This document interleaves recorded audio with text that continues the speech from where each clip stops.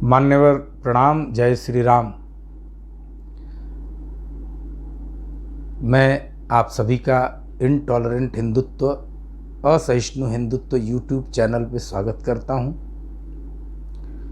और आज वीडियो का विषय बताने के पहले मैं अखबार की कतरनें पढ़ना चाहता हूं। और आप ये देखें, ये अखबार है हिंदी का हिंदुस्तान। ये उल्टा आ रहा होगा और पृष्ठ संख्या है 10। अब मैं इस समाचार को पढ़ता हूं, उसके बाद इसका छिद्रान्वेषण करेंगे। थोड़ी आज तबीयत थोड़ी नरम है। धर्म परिवर्तन के फायदे गिनाते आईएएस का वीडियो वायरल। उत्तर प्रदेश कानपुर।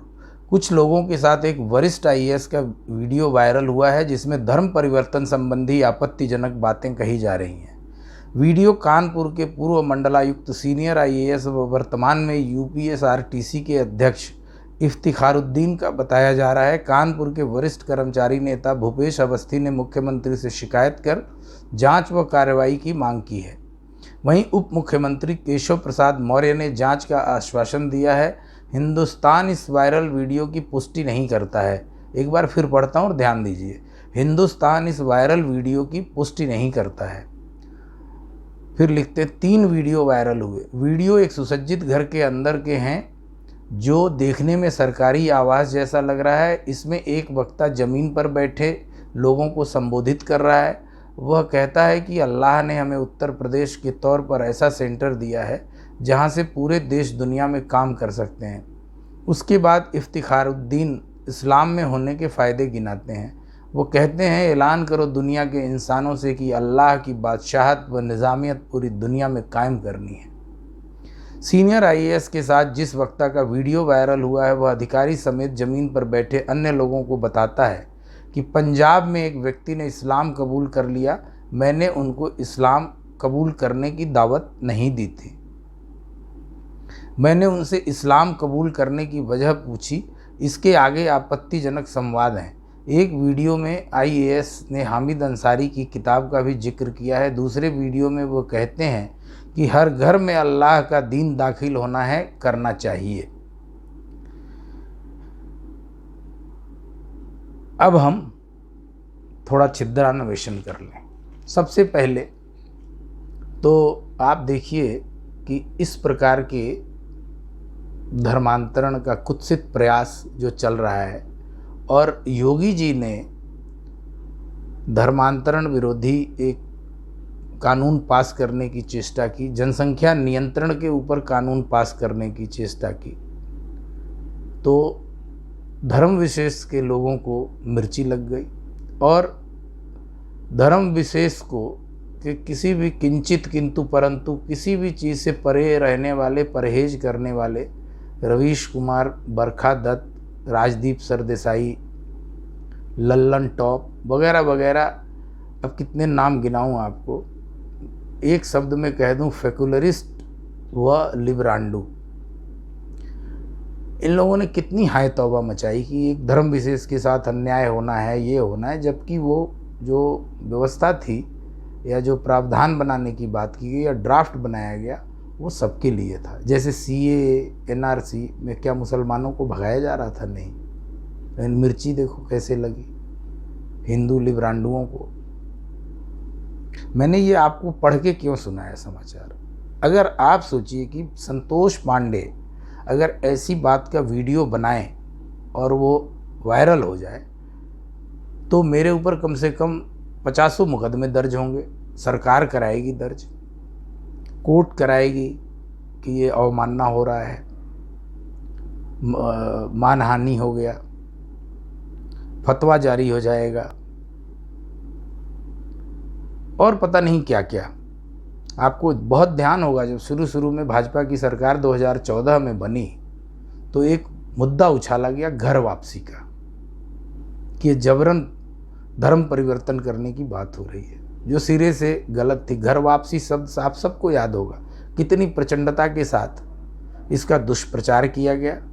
भाजपा सरकार को अस्थिर करने, नरेंद्र मोदी को अस्थिर करने का खूब षड्यंत्र खेला गया। जो राजनीतिक हरम थे उनमें, लेकिन कोई कुछ बिगाड़ न सका, क्योंकि कहीं ना कहीं हिंदू जनमानस भी ध्रुवीकृत हुआ और उस ध्रुवीकरण का परिणाम था, मतलब मैं तो इसको रिवर्स ध्रुवीकरण कहूँगा, क्योंकि आज तक जामा मस्जिद के मुल्ला बुखारी फतवा देते थे, फलानी मस्जिद का फतवा होता था। चूँकि ये सत्यापित और सत्य है, इसलिए मैं किसी कम्युनिटी के अगेंस्ट नहीं बोल रहा हूँ, दिस इज़ ऑल प्रूफ।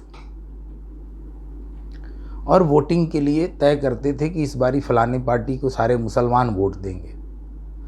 यहाँ तक कि आज से 3 साल पहले सुप्रीम कोर्ट ने जनवरी के महीने में ये आदेश पारित किया कि कोई भी व्यक्ति जाति, धर्म इत्यादि इत्यादि के नाम पे कोई वोट नहीं मांगेगा या कोई उकसाने वाली बात नहीं करेगा जिससे लोग जाति धर्म के नाम पे वोट दें। लेकिन आप देखिए, मायावती से लेके जितने क्षेत्रीय छत्रप हैं और छोटे छोटे जो ओम प्रकाश राजभर, तो पीस पार्टी, तो फलानी पार्टी, इस तरीके की एक वीआईपी है बिहार में, विकासशील इंसान पार्टी, सन ऑफ मल्लाह, मतलब इस तरीके से तो सुप्रीम कोर्ट की वहाँ कोई अवमानना नहीं होती है, खुलेआम भाषण दिए जाते हैं, उसकी कोई अवमानना नहीं होती। अब आप देखें, मैंने ये जो समाचार पढ़ा, अगर ये इसको रिवर्स कर दीजिए आप, अगर यहाँ पे कोई संतोष पांडे जैसा व्यक्ति होता तो यहाँ क्या होता? यही हिंदुस्तान अखबार, जो देश का बड़ा माना जाना अखबार है, ये इसको पहले पेज पे छापता।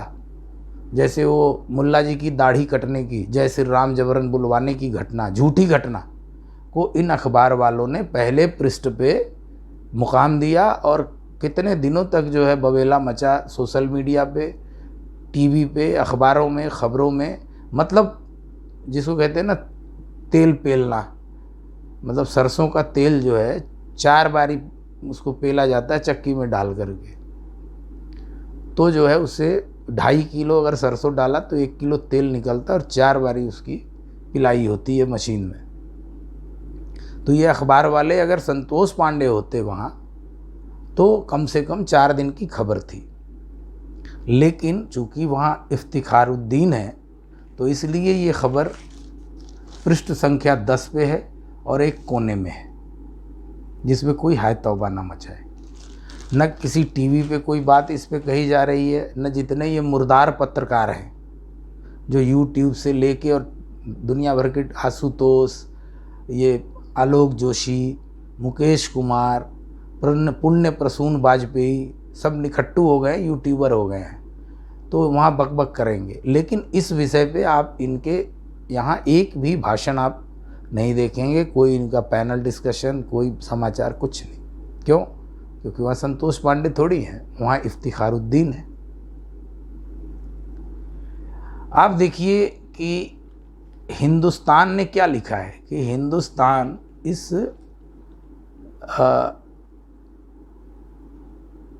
हिंदुस्तान इस वायरल वीडियो की पुष्टि नहीं करता है, लेकिन आप देखिए जय श्री राम बुलवाने वाले का इसी ने फोटो छापा था, जुनैद, जुबैर, फलाने का हत्याकांड, मॉब लिंचिंग, कितना मुख पृष्ठ की सुर्खियां बटोरते थे अखबारों में ये समाचार, और बाकी इलेक्ट्रॉनिक मीडिया तो वो चूज़ एंड पिक करने वाला मीडिया है। लेकिन चूँकि जो भारतीय जनमानस है और ख़ास तौर पे जो हिंदू राष्ट्रवादी हैं या हिंदुत्ववादी हैं, मैं तो अपने को हिंदुत्ववादी कहता हूँ, हैं, उनमें एक जागृति आई है और वो दूसरों को भी जागृत कर रहे हैं। नतीजा ये है कि कोई भी समाचार, ये जो नकली अखबारची हो गए हैं, मीडिया वाले जो हो गए हैं, ये लाख कोशिश कर ले, ये छुपा नहीं सकते। और नतीजा आपके सामने है। आप YouTube खोलेंगे और इफ्तिखारुद्दीन लिख के छोड़ दीजिए, कम से कम सैकड़ों वीडियो आपको छोटे छोटे मिल जाएंगे कि ये क्या हो रहा है।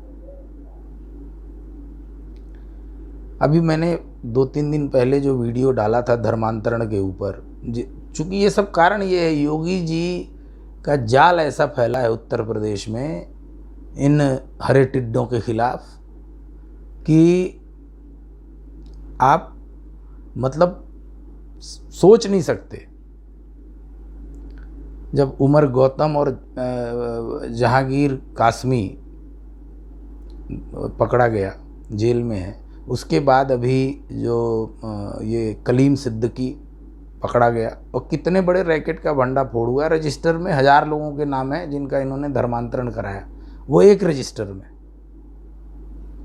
अभी तहकीकात चल रही है, अभी सच्चाई। गूंगे बहरे बच्चों तक को, हिंदुओं के बच्चों को धर्मांतरित किया गया। मैं बार बार कहता हूँ, आप सब उठिए, जागिए, सरकार पर प्रेशर और दबाव बनाइए कि धर्मांतरण पे कठोर कानून लाया जाए, किसी भी प्रकार के धर्मांतरण पे अविलंब रोक लगाई जाए कानून बना करके। और किसी को भी धर्मांतरित किए जाने पर उसे कोई लाभ नहीं मिलेगा उस धर्म में धर्मांतरण के बाद। शायद आप लोगों को नहीं पता हो, एक बड़ी विचित्र बात है, मैं आपको बताता हूँ। जो एक शब्द है नया, क्रिप्टो क्रिश्चियन। आप देखिएगा, दक्षिण भारत में मेरे बड़े चक्कर लगते हैं, ख़ासतौर पे तमिलनाडु में। आपको पता नहीं होगा कि ईसाइयों की जनसंख्या बढ़ रही है। वो कैसे बढ़ रही है? वहाँ जो शिक्षा विभाग है, वहाँ अल्पसंख्यकों को मुफ्त शिक्षा और बहुत सारा वजीफ़े मिलते हैं अलग से।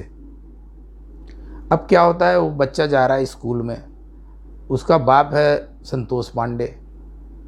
अब वो स्कूल में जा रहा है बच्चा, तो अब चूंकि उसको ईसाई होगा तो उसे सुविधा मिलेगी, तो उसे धर्मांतरित करा दिया। बपतिस्मा, जो इसको बैप्टिज्म बोलते हैं, वो जैसे मान लीजिए ब्राह्मण का जनेऊ होता है, वैसे क्रिश्चियनिटी में या कर्ण छेदन होता है हिंदुओं का, तमाम तरह के ऐसे वो किए जाते हैं। जब बच्चा 12 साल, 15 साल, 9 साल, 7 साल का होता है, तो ये ब्याह के समय तो सबके जनेऊ पहना ही दिया जाता है हिंदुओं में, जिसको द्विज कहते हैं, यानी दूसरा जन्म लेने वाला। तो उसी प्रकार कलमा पढ़ के धर्मांतरण कर लेना, और दूसरा क्रिश्चियंस में बैप्टाइज्ड हो जाना, पवित्र जल का छिड़काव, और भी तमाम उसके होते हैं कार्यक्रम। हमारे तमाम ईसाई दोस्त मित्र हैं बड़े घने, जिनसे सारी चीज़ें हमें पता चलती हैं। तो साहब, वहाँ पे धर्मांतरण इसलिए गरीब लोग कर लेते हैं कि हमारे बच्चे पढ़ लिख जाएंगे फ्री ऑफ कॉस्ट और वजीफ़ा मिलेगा सो अलग। तो इस प्रकार वहाँ डेमोग्राफी का चेंज आ रहा है। और अगर आपको यकीन ना हो तो आप गूगल पे सर्च करके देख लें। और जब बच्चे बन गए तो वो जाना है तो माँ बाप भी गए, उनको भी धर्मांतरित कर लिया। तो ये कहानी चल रही है पूरे देश में। अगर 7 साल पहले आज भारतीय जनता पार्टी की सरकार नहीं आई होती, तो आप अंदाज़ा लगा सकते हैं कि इस षड्यंत्र का तो हमें अब तक पता ही नहीं चलता। और मैं साधुवाद करता हूँ तहे दिल से, और आप सबसे निवेदन भी करता हूँ कि जो भी भारतवर्ष में जितने भी सनातनी हैं, जितने भी राष्ट्रवादी हैं, अपने आप को मानते हैं, ज़रूरी नहीं है कि कोई आप लड़ाई लड़ने के लिए सड़क पे ही जाएं। आज मीडिया का, इस सोशल मीडिया का सशक्त माध्यम हमें प्राप्त है। आप जहाँ भी बैठें, अपने मित्रों, दोस्तों और उनके साथ कहीं भी बैठें, समाज के किसी भी कोने में, आप उनसे ज़रूर एक बारी निवेदन करें कि माननीय योगी आदित्यनाथ जी महाराज के नेतृत्व में अगर कोई गधा भी लड़ रहा है तो उसे ही जिताने का प्रयास करें। अगर योगी आदित्यनाथ जी नहीं होते तो जिस प्रकार दंगे हुए चारों तरफ दिल्ली में, वहाँ भी खून बहता और इतने हिंदू मारे जाते और इतनी संपत्ति उनकी नष्ट होती। और सरकारी संपत्ति की तो बात ही छोड़ दीजिए, पर मजाल नहीं आज तक कोई चू चपड़ कर सके। सबसे कुड़की जब्ती हो रही है। योगी जी ने कह दिया 7 पुश्तों से कुड़की जब्ती करवाऊंगा, और किसी की मजाल नहीं है। एक कोई आईजी था रिटायर्ड, आज तक पोस्टर लटका पड़ा है उसका, लखनऊ में जेल वेल सब हो आया। और जो आप देखिए धर्मांतरण का जो रैकेट है वो कैसे बुलबुले फूट रहे हैं, और इस पे बोलने वाला एक भी लिब्रांडू ब्रिगेड का आदमी आपको नहीं मिलेगा, क्योंकि उनको तो इस वीडियो का या किसी भी खबर की पुष्टि नहीं होती उनको।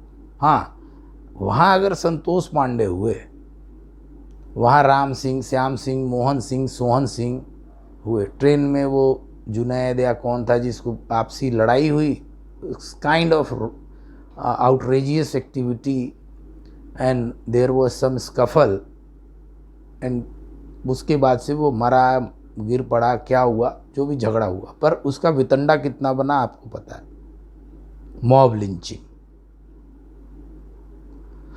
हिंदू 100 मर जाए उनकी मॉब लिंचिंग नहीं है। बंगाल में इतने लोग मारे गए, सब मॉब लिंचिंग के ही शिकार हुए। कर्नाटका में आपने देखा एक विधायक का घर घेर के तोड़ फोड़ लिया कि इस्लाम और अल्लाह हुजूर की और मोहम्मद साहब की नाफरमानी हो गई विधायक जी से, और कर्नाटक की सरकार चुपचाप मुंह पे हाथ धर के बैठी देख रही थी, जो भाजपा की सरकार है। कर्नाटक मैसूर में कितने मंदिर तोड़ दिए भाजपा की सरकार में लोग जो बैठे हुए हैं, भाजपा की ही सरकार है। तो ये चीज़ें मन को क्षुब्ध भी करती हैं और व्यथित भी करती हैं। पर हाँ, कहीं ना कहीं आदरणीय योगी जी महाराज को देख करके सीना 56 नहीं 112 इंच चौड़ा हो जाता है, और ये आरोप लगाते हैं लिब्रांडू कि अशांति है, योगी जी डिक्टेटर हैं, तानाशाह हैं। अगर तानाशाह होते तो 7वें 8वें नंबर से आज Uttar Pradesh ease of doing business में दूसरे नंबर पे, दूसरे पायदान पे नहीं होता। 6 लाख करोड़ का बजट दिया योगी जी महाराज ने। गोरखपुर मठ का जो पीठाधीश्वर होता है ना, वो इतना प्रशासनिक रूप से तपा होता है, और इतना बड़ा संचालन और व्यवस्था देखनी होती है, प्रबंध करना होता है लाखों करोड़ों अनुयायियों के साथ। और सनातन समाज के लिए गोरक्ष पीठाधीश्वर ने जो किया है वो भी किसी से नहीं छुपा है। आज जिस राम मंदिर पे सब हम इतरा रहे हैं, उसका वहाँ पे मूर्ति की स्थापना 1949 में परम आदरणीय ब्रह्मलीन बाबा दिग्विजय नाथ जी महाराज की देन है, जिन्होंने मूर्ति रखवाई वहाँ पे, या मूर्ति स्वतः प्राकट्य हुई रामलला की। तो एक तो ये काम करना है, और इस आपको मैंने पढ़ के पूरा सुनाया है अखबार का, इन मीडिया के लोगों के चक्कर में न पड़ें, अन्यथा ये सिर्फ झूठी खबरें फैलाएंगे हर बात को। अब देखिए, इसमें मैंने जितनी बातें बोली, मैंने न किसी मुसलमान को गाली दिया। हाँ, मैंने विरोध मैं कर रहा हूँ धर्मांतरण का, चाहे वो लोभ से हो, लालच से हो, ज़बरदस्ती हो, या मन से हो, स्वतः हो। अब अगर आप चूकते हैं, सनातन समाज ऐसे ही धीरे धीरे सिकुड़ता रहेगा। मैं बार बार कहता हूँ, लोग कहते नहीं अहिंसा, महात्मा बुद्ध, अशोक, महात्मा गांधी। हमने कहा भैया ये लोग जो है, ये 3 आदमी जिन्होंने आगे भी बढ़ाया, और जितना आगे बढ़ाया उससे 50 गुना पीछे किया देश को और हिंदू समाज को और सनातन समाज को। आप हतप्रभ हो जाएंगे ये मैं क्यों बोल रहा हूँ। जिस भारत का भूगोल हिंदू कुश की पहाड़ियों से लेकर के जावा, सुमात्रा, बाली तक फैला था, श्रीलंका, जितने भी ये राष्ट्र हैं छोटे मोटे, सब भारत का अभिन्न अंग थे, अभिन्न भूगोल था। और क्यों? सब जगह बुद्धिज्म आया, अहिंसा परमो धर्म। नतीजा, सबसे पहले बुद्धिस्ट जो मठ थे, बौद्धों के जो विहार थे, चाहे वो बामियान में हो, चाहे अफगानिस्तान के कोने कोने में बौद्ध विहार थे, इतनी प्रचंडता के साथ बुद्धिज्म का पूरे देश में उत्तर दक्षिण पूर्व पश्चिम प्रसार और प्रचार दोनों था। और इस अहिंसा के चक्कर में भारत का भूगोल सिकुड़ के रह गया। और अभी जो हालात हैं, इसमें एक ने कह दिया ना कि कौन सा चिकन ने काट दो और ये भी अलग हो जाएगा। आप बांग्लादेश को आपने चारों तरफ से घेर रखा है, घुसपैठिए आते हैं और ये चलते रहता है। तो इस पे पुरजोर आवाज़ उठाइए। इस इफ्तिखारुद्दीन को गिरफ्तार किया जाना चाहिए और तत्काल प्रभाव से इसे पदमुक्त करना चाहिए। मेरी उत्तर प्रदेश सरकार से, माननीय योगी आदित्यनाथ जी महाराज से करबद्ध निवेदन है, प्रार्थना है कि ऐसे हरे टिड्डों के खिलाफ जो आप कार्रवाई कर रहे हैं इसको और त्वरित करें।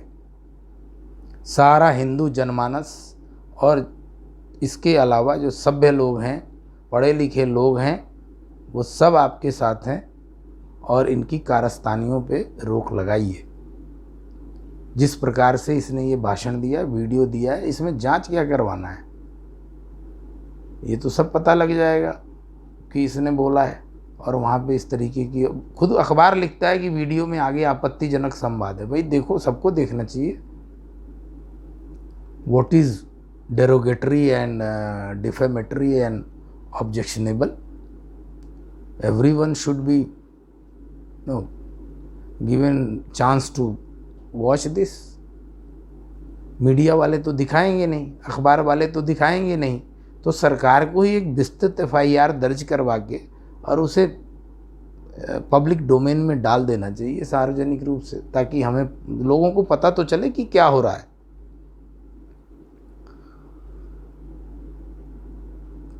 तो साहब, मैं पहले ये कहना भूल गया था कि